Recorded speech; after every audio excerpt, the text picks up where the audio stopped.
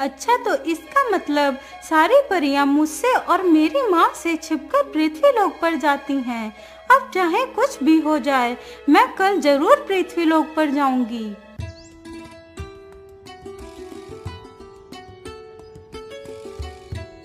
अगली सुबह होते ही सारी परियां पृथ्वी की तरफ चल पड़ती हैं।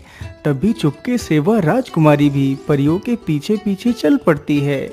वह सारी परियां लगभग पृथ्वी पर पहुंचने वाली ही थीं। अच्छी।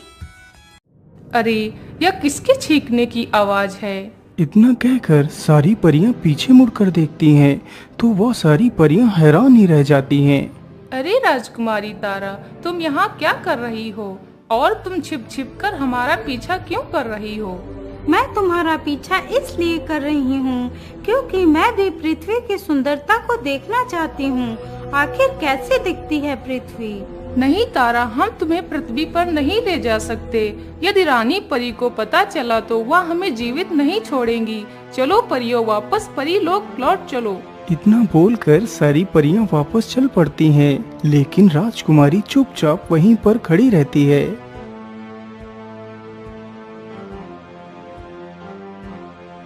अरे राजकुमारी, तुम्हें क्या हुआ?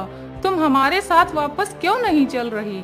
नहीं गुलाब परी, मैं तुम्हारे साथ नहीं जाऊंगी। आज तो मैं पृथ्वी पर घूमने जरूर जाऊंगी। तुम्हें जाना है वापस तो जाओ, मैं नहीं जाऊंगी। राजकुमारी के मुख से यह बात सुनकर सारी परियां हैरान ही रह जाती हैं। अब तो वह सारी परियां और भी ज्यादा दुविधा में पड़ जाती हैं। यदि वह राजकुमारी को लिए बिना वापस जाएं, तो रानी परी के कहर से उन्हें कोई नहीं बचा पाएगा। राजकुमारी, तुम जिद ना करो, वापस लौट चलो। परियों के बार बार बोलने पर भी राजकुमारी अपनी जिद नहीं छोड़ती। अच्छा ठीक है, हम तुम्हें पृथ्वी पर ले चलेंगे, लेकिन सिर्फ कुछ क्षणों के लिए। फिर तुम्हें मेरे साथ वापस परीलोक लौट आना होगा। हाँ हाँ ठीक है, मुझे मंजूर है। इतना कहकर सारी परियां पृथ्वी की तरफ बढ़ती हैं। वह सारी परियां पृथ्वी पर पहुंच जाती हैं और अपने पंखों को गायब कर एक साधारण स्त्री बन जाती हैं।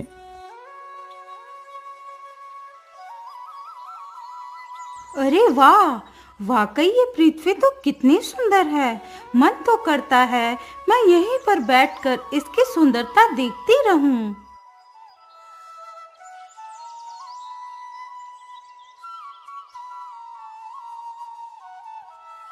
राजकुमारी, हमें वापस चलना चाहिए। हमें यहाँ पर काफी समय गुजर चुका है। अरे गुलाब परी, आप इतनी जल्दी में क्यों हैं? आप चिंता ना करिए, मुझे कुछ नहीं होगा। हम लोग अभी तो आए हैं। राजकुमारी, आप समझने की कोशिश करें। यह जंगल हमारे लिए खतरों से खाली नहीं।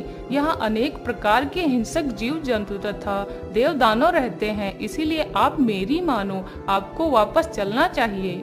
अच्छा ठीक है, आज तो मैं आपकी बात मानकर वापस चली जाती हूँ, लेकिन अगली बार नहीं मानूंगी।